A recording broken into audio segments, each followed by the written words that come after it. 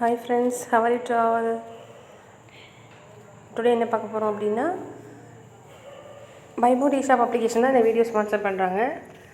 இன்றைக்கி நான் அதில் என்ன ப்ராடக்ட் வாங்கினேன்னா ரின்ஸ் சர்ஃப் இருக்குல்ல அது வாங்கினேன். அது வந்து மற்ற ப்ராடக்டோட இது ₹4 கம்மி, ₹118. நான் வாங்கினேன் ₹114. ஓகே, இன்றைக்கி என்ன பார்க்க போகிறோம் அப்படின்னா ரவா கேக் எப்படி செய்யறதுன்னு பார்க்க போகிறோம்.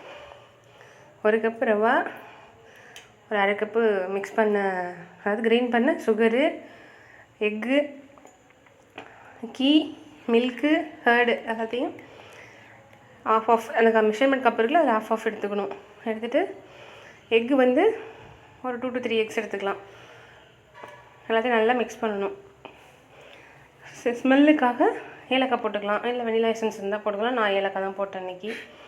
ஓகே ஃப்ரெண்ட்ஸ், எல்லாத்தையும் நல்லா மிக்ஸ் பண்ணணும். மிக்ஸ் பண்ணிவிட்டு ஒரு 20 to 30 மினிட்ஸ் வந்து அதை வந்து அப்படியே வச்சுருங்க. அப்போ தான் நல்லாயிருக்கும். அந்த பாருங்கள், இந்த கன்சிஸ்டன்சியில் இருந்தால் போதும். அப்படியே வச்சுட்டு கொஞ்சம் லேட்டாக 30 மினிட்ஸ் அதுக்கப்புறம் எடுத்துகிட்டு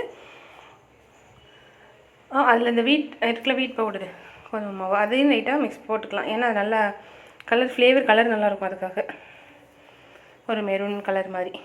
ஓகேவா, இந்த கன்சிஸ்டன்சியில் வச்சுட்டு ஒரு 20 to 30 மினிட்ஸ் வச்சிடணும்.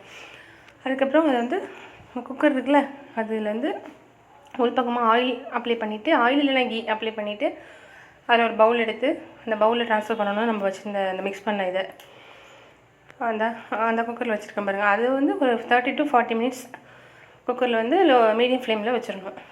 வச்சுட்டு நம்ம அதுக்கப்புறம் எடுத்து பார்த்தோம் அப்படின்னா கேக் நல்லா சாஃப்டாக பஃபியாக இருக்கும். அது ஃபுல்லாக வெந்துருச்சு என்னென்னு பார்க்கறதுக்கு, ஒரு ரெடி ஆகிட்டேன்னு பார்க்கறதுக்கு ஒரு ஸ்டிக் இருக்கும்ல, அதை வச்சு இல்லை ஹோல் போட்டு பார்த்தா தெரியும். அந்த ஸ்டிக்கில் ஓட்டினா இன்னும் கொஞ்சம் ரெடி ஆகலைன்னு அர்த்தம். ஒரு 5 மினிட்ஸ் வைக்கலாம். பட் அந்த ஸ்டிக்கில் ஓட்டாமல் வந்துருச்சு அப்படின்னா ரெடி ஆகிடுச்சுன்னு அர்த்தம். அப்படியே அதை ட்ரான்ஸ்ஃபர் பண்ணிவிட்டு வேறு ஒரு இது பிளேட்டு அது மாதிரிலாம் ட்ரான்ஸ்ஃபர் பண்ணிடணும். ட்ரான்ஸ்ஃபர் பண்ணிவிட்டு அதில் போடுறோம்ல இந்த பட்டர் பேப்பர் ஒன்று கீழே அடி பிடிக்காமல் இருக்கிறதுக்கு, அந்த குக்கரில் ஒட்டாமல் இருக்கிறதுக்கு, அந்த பேப்பரை ரிமூவ் பண்ணிவிட்டு ஸ்டிக் வச்சு பார்த்துட்டு அதுக்கப்புறம் நம்ம சூடு ஆறுனதுக்கப்புறம் கட் பண்ணிவிட்டு நம்ம எந்த ஷேப்பில் வேணாலும் கட் பண்ணிவிட்டு நம்ம சாப்பிட்டுக்கலாம்.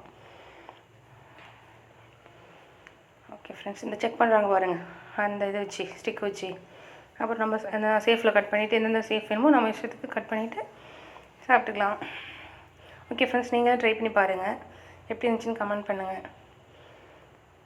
ஓகே ஃப்ரெண்ட்ஸ், நெக்ஸ்ட் வீடியோவில் மீட் பண்ணலாம். Thank you for watching my channel, friends. Okay, bye. Thank you.